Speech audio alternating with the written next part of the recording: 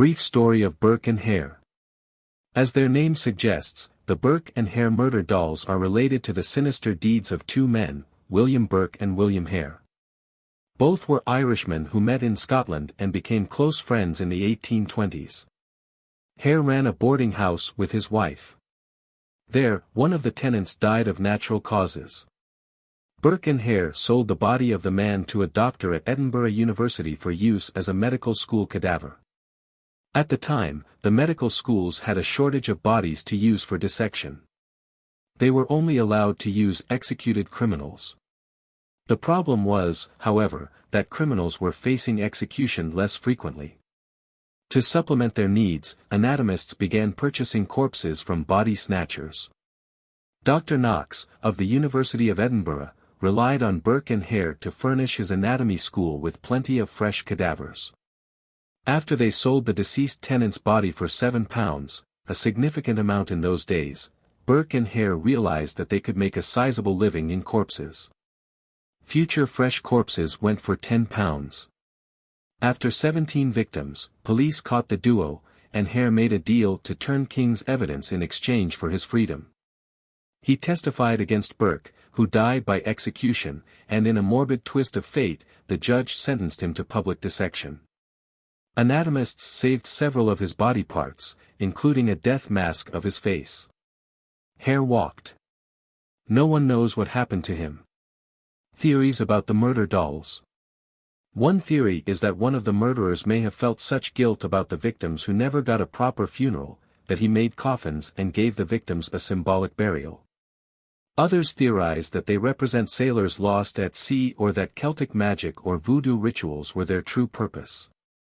If someone made the Burke and Hare murder dolls before the murders became public knowledge, only a handful of people could have carved them. There was Dr. Knox, who likely knew the corpses he was purchasing were murder victims. There were Burke and Hare, Hare's wife, and Burke's wife. Dr. Knox's brother possibly knew as well. One of these people could have made the dolls out of guilt or for religious reasons. Alternatively, one of the killers could have made them as souvenirs and stashed them in the cave. Theoretically, Hare could have made them after Burke's murder trial and put them there as well. However, he fled town rather quickly to avoid the angry public. Some theorists suggest that Burke couldn't have made the dolls since there are 17, and he would not have had the time after police found their last victim. The arrest happened too quickly for him to stash the last doll. However, it is possible that Burke and Hare actually had an additional victim. If this is the case, he may have stashed the last figurine before police stopped them. People who knew Burke claim that he was a very religious man. Although scientists collected DNA from Burke's body, they were unable to acquire DNA from the dolls and look for a match. The main issue with the theory that the dolls resulted from the Burke and Hare murders, also called the Westport murders, is that at least 12 of their victims were women. The figurines are clearly all male wearing men's burial attire. Emery 2014. If someone placed them in the niche to give a group of people a proper burial, was it due to some disaster in which people perished? Author Jeff Nisbet believes they resulted from the populist uprising Radical War of 1820. Rather than the Burke and Hare murder dolls, he calls them the Arthur's Seat coffins. He states, Author Nisbet, and so it's my theory that the artifact's raison d'etre was to honor the radicals, and that they were later resurrected in an attempt to keep the flame of rebellion lit in a land too quick to forget, an attempt that ultimately failed. Authenticity of the dolls. Many people have accepted that the figurines and their coffins are genuine.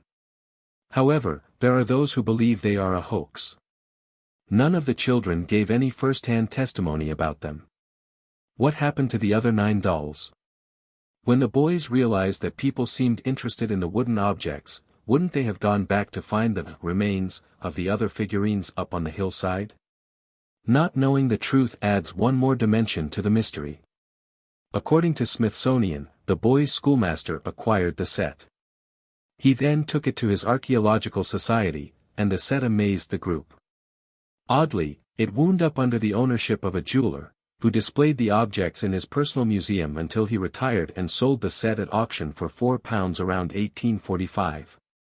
Private collectors maintained the Burke and Hare murder dolls for the remainder of the century. In 1901, Christina Court donated the entire set of 8 to the National Museum of Scotland in Edinburgh. But the mystery of Edinburgh's coffin dolls endures. In 1836, 3 boys were out hunting for rabbit holes and found a puzzling group of 17 dolls in a small niche near the rocky structure called Arthur's Seat at Holyrood Park. Oddly, each doll lay securely in its own coffin. Later, people named them the Burke and Hare murder dolls because they assumed the strange figurines were related to the 17 murder victims of William Burke and William Hare in Edinburgh, Scotland, during the late 1820s. However, whether or not this was true, and who made the dolls and hid them in the nook, or why, is still a mystery. As the boys looked for rabbit burrows, they spotted a strange opening about 1 foot wide and 1 foot deep in the rocky hillside. A few pieces of slate stones were stuffed into the opening and protected the coffins from the weather. Initially, the Burke and Hare murder dolls, also known as the Lilliputian coffins and the fairy coffins, didn't appear to be anything special. Even the children who found them did not realize their value. The youngsters supposedly pitched the dolls at one another and destroyed about half of them.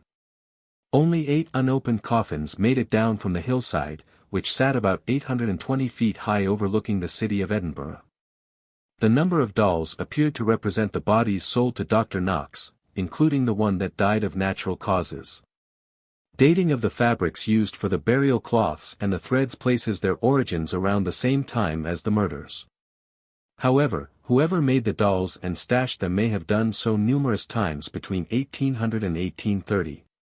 According to author Charles Fort, someone had placed the dolls and their coffins one by one in the cave in 3 levels. The bottom level of 8 had the most decomposition in the coffins and their contents. The next level up, consisting of another row of 8 dolls, was in slightly better shape. There was only 1 doll on the upper level. This one seemed the newest and lead many people to believe that more dolls would have followed in that row at some future time. The number of dolls appeared to represent the bodies sold to Dr. Knox, including the one that died of natural causes. Dating of the fabrics used for the burial cloths and the threads places their origins around the same time as the murders. However, whoever made the dolls and stashed them may have done so numerous times between 1800 and 1830. According to author Charles Fort, someone had placed the dolls and their coffins one by one in the cave in 3 levels. The bottom level of 8 had the most decomposition in the coffins and their contents. The next level up, consisting of another row of 8 dolls, was in slightly better shape. There was only 1 doll on the upper level. This one seemed the newest and lead many people to believe that more dolls would have followed in that row at some future time. Most people assume the varying degrees of decomposition reflect different times of placement. However, it is possible that some dolls may have been more exposed to weathering than others. Analysis of the figurines indicates that they probably started out as toys or something other than corpses. None of the figures had closed eyes, and they all had black feet as if they were wearing boots. One figure had its arms removed before it could be fit into its coffin. Apparently, someone then repurposed the figures into corpses after building the coffins. Report in the Scotsman. Contained a miniature figure of the human form cut out in wood, the faces in particular being pretty well executed. They were dressed from head to foot in cotton clothes, and decently laid out with a mimic representation of all the funereal trappings which usually form the last habiliments of the dead. The coffins are about 3 or 4 inches in length, regularly shaped, and cut out from a single piece of wood, with the exception of the lids, which are nailed down with wire sprigs or common brass pins. The lid and sides of each are profusely studded with ornaments, formed with small pieces of tin, and inserted in the wood with great care and regularity. The coffins were made from Scots pine. There are some inconsistencies about their construction. Therefore, experts believe 2 different people may have created them. The maker carved out one solid piece of wood for the coffin and then placed another piece on top for the lid.